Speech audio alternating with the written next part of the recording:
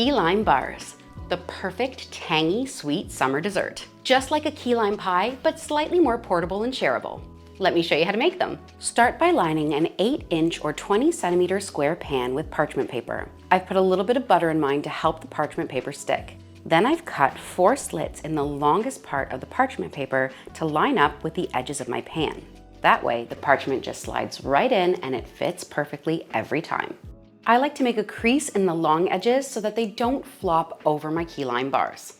Set it aside for later.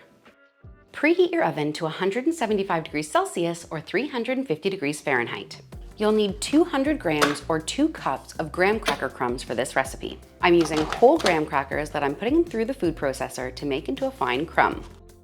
Traditionally, key lime pie uses a graham cracker crust, and sometimes it's hard to find those in countries outside of the Americas. So I've linked my recipe down below for you to make your own. If you don't want to make your own, you can use any hard digestive cookie. I would squeeze in about a tablespoon of honey and a pinch of cinnamon just to mimic that flavor.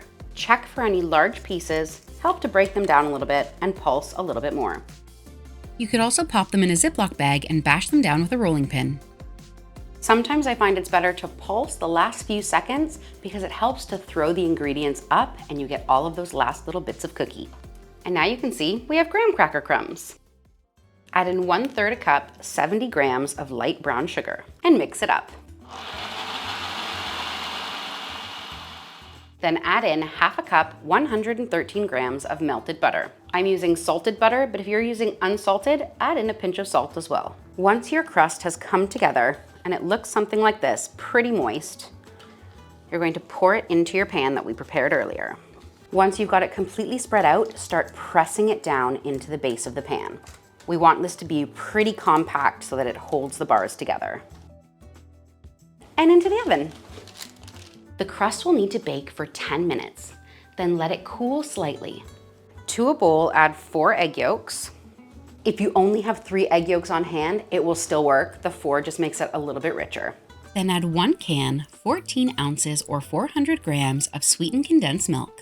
If you struggle to get your sweetened condensed milk out of the tin, I've linked a video in the description below for how you can get it out perfectly every single time. It's one of my favorite kitchen hacks. And give that a little whisk. Then add in 1/2 cup, 114 grams of key lime juice.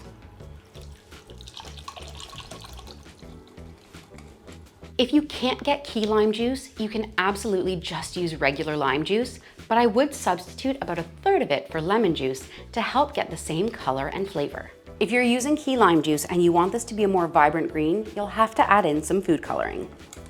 I like mine just like this. Pour your key lime filling over top of your crust. Adding the key lime to the mixture will instantly start to thicken it, so you may just need to press it out into the corners just a little bit. I like to give it a little tap, then put it back in the oven for 12 to 15 minutes until you see browning and bubbling on the edge and it just jiggles a little bit in the center. Here's the browning you're looking for. And there's that perfect little wibble. Let the bars cool to room temperature on the counter and then let them chill for at least 2 hours in the fridge before adding the whipped cream on top. Carefully remove the bars from the pan and pop them on a cutting board. Then cut them into 16 squares. To a bowl, add 1 cup or 240 milliliters of double or heavy cream. And start whisking. While that's whisking, to a 1/4 cup or 28 grams of icing or powdered sugar, add 1/4 teaspoon, 1 gram of cream of tartar, if you're using it. This really helps with the distribution when we sift it into the cream. Just give that a little stir. I add a little bit of cream of tartar to my whipped cream if I'm not going to be serving these straight away. This helps to stabilize the whipped cream so that you can make them in advance and you can serve them on a warm summer day. When your cream is just starting to thicken, add in 1/2 teaspoon, 2 grams of vanilla extract. Now sift in that powdered sugar and cream of tartar. Give that a little whisk. While it's still glossy and not dry looking, stop whipping. Pipe a little rosette of whipped cream on the top of each bar. If you don't want to pipe the whipped cream in little swirls on top, That's totally okay. You can actually just pop it right on top of the bars and spread it out so that it just looks like 3 lovely layers. If you're going to be piping rosettes, you'll want to have the whipped cream recipe. You won't need as much as if you're spreading it. Then garnish with a little slice of lime. The buttery biscuit base is so crunchy and delicious, and it's the perfect contrast to the key lime filling. It's so cool and refreshing, and you're going to want to go back for at least 1 or 2 more. The perfect summertime treat. If you're as obsessed with citrus desserts as I am and you love these key lime bars, you have to try my lemon bars.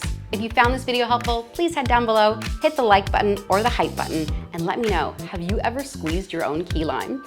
Thanks so much for watching, and I'll see you next time.